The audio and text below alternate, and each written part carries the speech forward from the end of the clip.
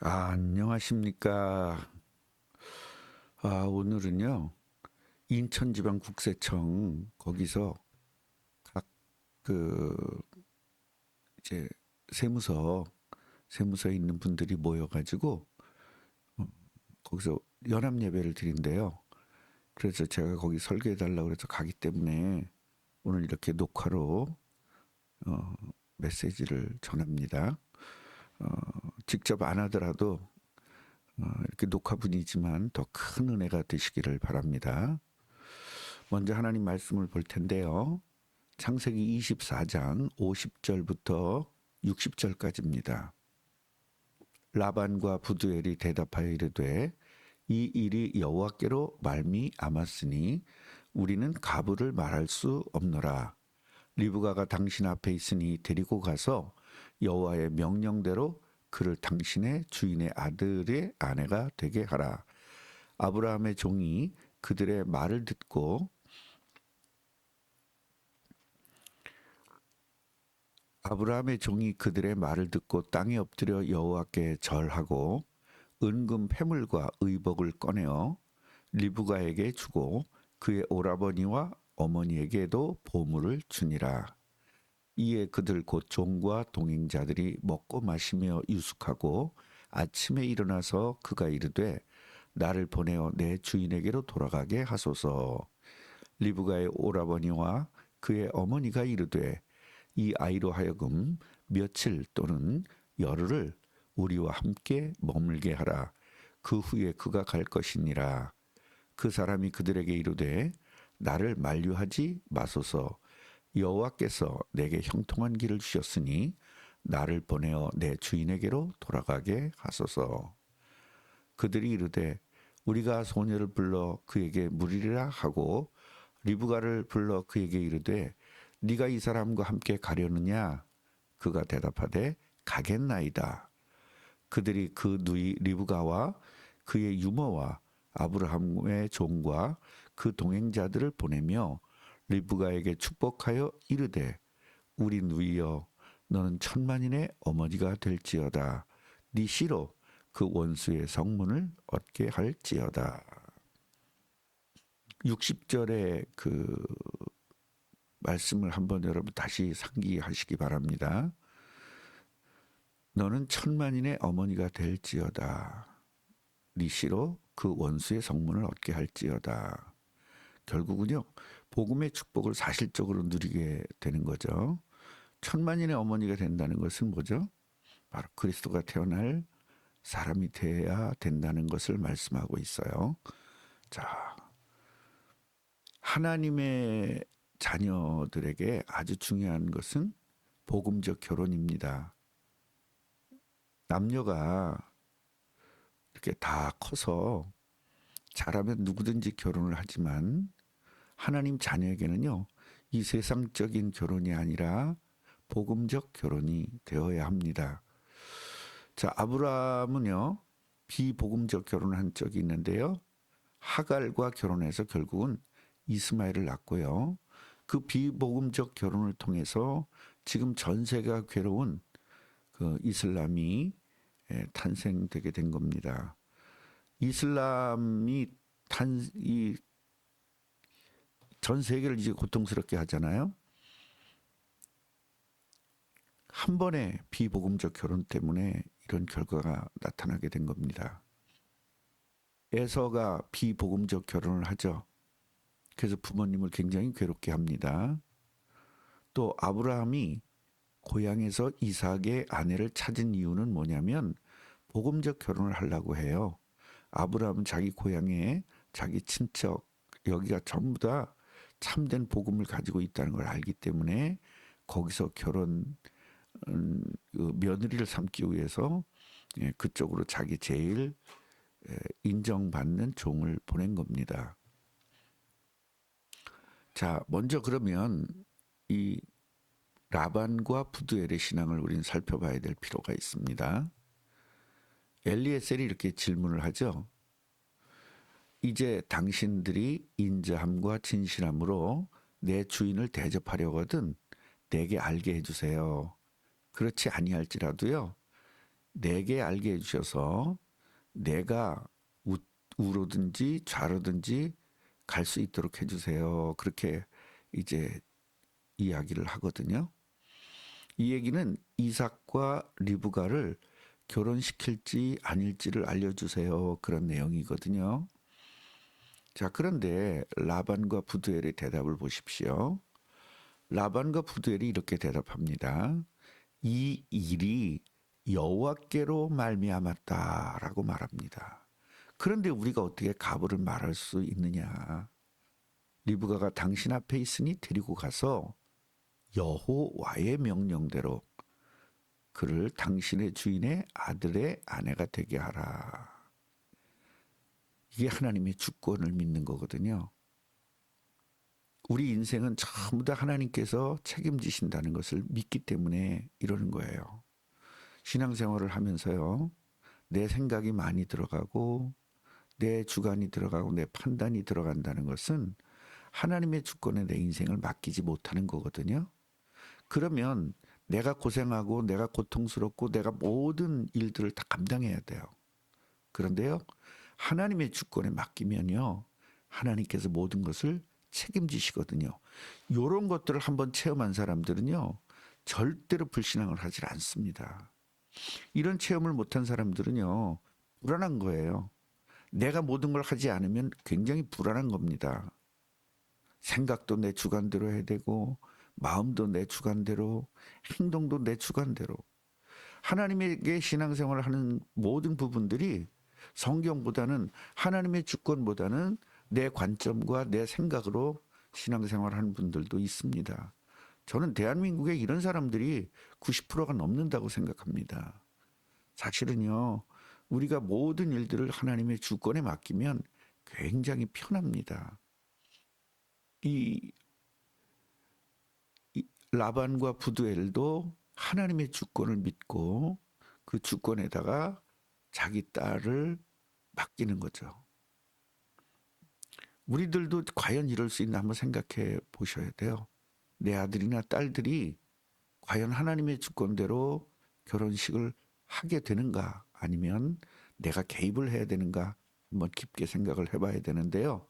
솔직히 고백하지만 저도 우리 큰아들과 작은아들 굉장히 개입하려고 애를 썼습니다. 그런데요. 하나님의 주권적으로 역사해서요. 나의 어떠한 그 개입이 절대 들어가지 못하도록 하나님 막으시더라고요. 또 혼자만 끙끙끙끙 됐지 결국 하나님께서 큰아들이나 작은아들 다 결혼하게 되었습니다. 하나님의 주권에 모든 것을 맡기는 삶이 되어야 되는데요. 에베소서 2장 3절 보면 우리는 어떤 거죠? 본질적으로 진노의 자녀예요. 태어나서부터 원죄를 갖고 태어나기 때문에 진노의 자녀로 태어나는 겁니다. 이게 예수님이 영접 전에는 본질적으로 진노의 자녀라는 거거든요. 그러면 예수님을 그리스도로 믿고 영접을 하면 하나님의 말씀과 하나님의 뜻에 따라 사는 인생으로 바뀌는 겁니다. 이게 바로 라반과 부두엘의 신앙처럼 되어지는 거죠. 이렇게 되는 것이 신앙의 시작이에요. 사실은 하나님의 뜻에 따라서 사는 것이 바로 신앙의 시작인데 이런 것도 안 된 상태에서 집사도 되고 권사도 되고 그러다 보니까 권사님 집사님이 하나님의 뜻을 따라 살지 못하고 인본주의로 살다 보면 그 뒤에 오는 사람들이 아 저게 신앙생활이구나 이렇게 배우게 되는 거죠. 저도 회개를 굉장히 많이 했습니다. 목사가 돼가지고요. 이렇게 하나님 말씀에 전적으로 믿지 못하고 내 인본주의 썼던 것들을 엄청나게 많이 전 회개를 했어요. 그러니 나를 바라보고 성도들이 뭘 하겠어요. 그래서 저는 하여튼 굉장히 많이 이런 부분에 대해 회개를 했던 지금도 계속 회개하고 있고요. 그래서 우리가 하나님의 주권에 우리의 삶을 좀 맡기기를 주님의 이름으로 축복합니다. 자, 그러면 엘리에셀의 신앙도 한번 살펴보십시다. 엘리에셀은요. 믿음이 굉장히 좋았던 것으로 추정이 됩니다. 왜냐하면 아브라함이요. 이삭을 낳지 못하니까요. 나는 하나님 엘리에셀이 나의 아들로 삼겠습니다. 그렇게 이야기하거든요. 뭐 성경에는 아들로 삼겠습니다라는 말은 없죠. 예, 내 모든 것들을 이 엘리에셀이 받을 겁니다. 그렇게 이야기를 하죠.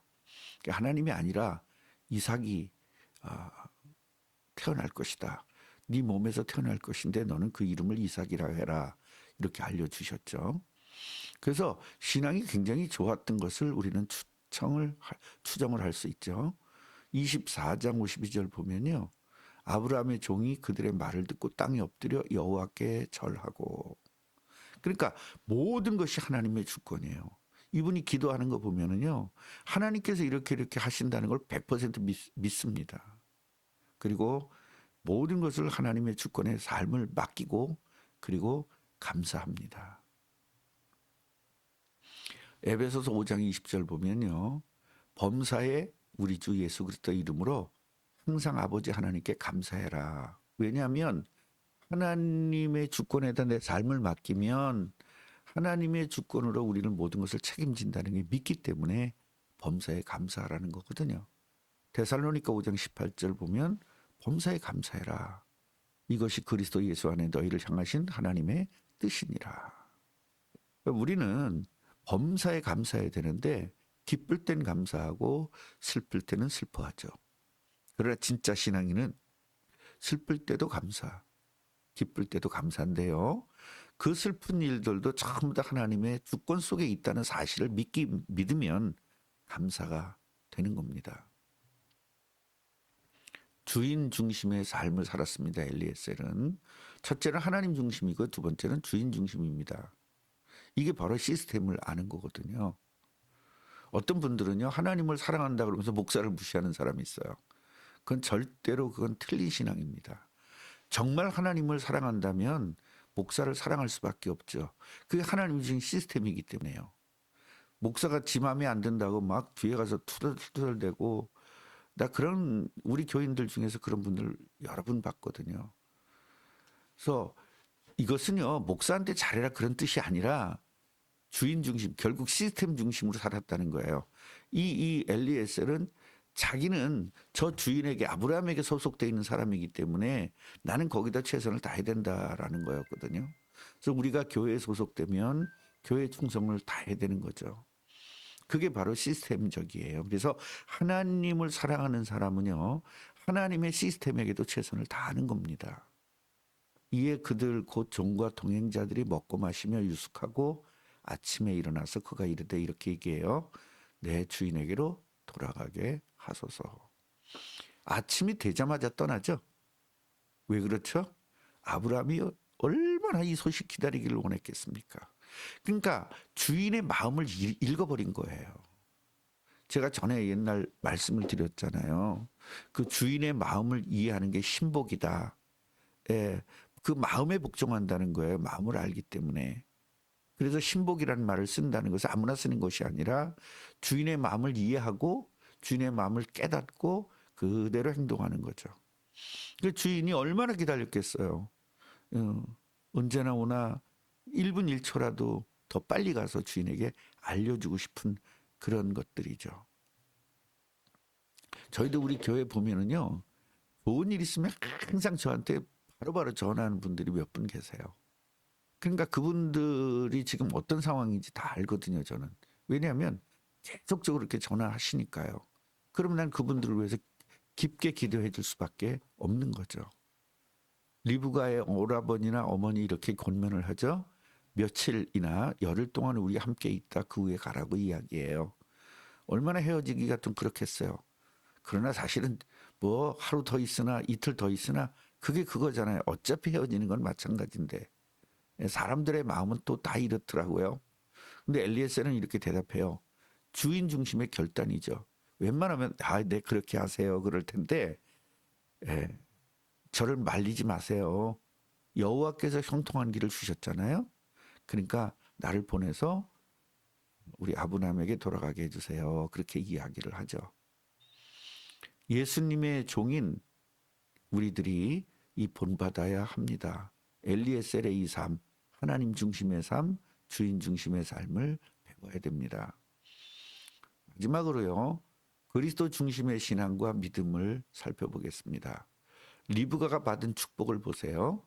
천만인의 어머니 그리고 네 시로 원수의 성문을 얻게 할지어다. 이게 많이 듣던 이야기죠. 많이 듣던 이야기예요. 결국 천만인의 어머니라는 것은 그리스도 족보에 쓰임 받는다는 것이고요. 원수의 성문을 얻는다는 것은 그리스도를 통해서 마귀를 멸한다는 거예요. 그래서 요한일서 3장 8절에 보면 하나님의 아들 그리스도가 이 땅에 오신 것은 마귀를 멸하기 위해서 오셨다 그랬죠. 그랬더니요. 요것만 붙잡고 난리치는 목사들이 있습니다. 예. 예수님이 오신 것은 마귀의 일을 멸하러 오신 것 분명히 맞지만 세 가지 일이죠. 하나님 만나게 하는 길, 그리고 원죄를 해결하는 길, 그리고 마귀를 이기는 길. 그렇게 세 가지 길을 우리는 반드시 가져야만 정상적인 신앙이 되는 겁니다. 어떤 목사들은 마귀의 일만 계속 강조합니다. 그래서 그리스도를 이야기할 때는 세 가지 제사장직, 선지자직, 왕직을 반드시 이야기해야 되고 알고 전해야 되는 겁니다. 결론입니다. 라반, 부두엘, 엘리에셀의 우리는 신앙을 본받아야 될 겁니다. 하나님 중심 신앙, 또 시스템 중심 신앙. 그래서 그리스도 중심 신앙, 이게 바로 참된 복음적 삶이거든요.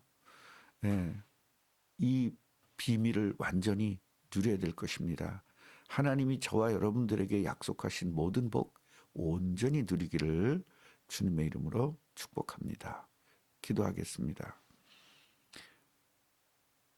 지금은 우리 주 예수 그리스도의 은혜와 하나님 아버지의 사랑하심과 성령의 교통하심이 오늘 예배한 안산지교회 위에 그 가정들 위에 직장과 사업 위에 그리고 헌금을 드린 손길들 위에 지금부터 영원토록 함께 있을지어다.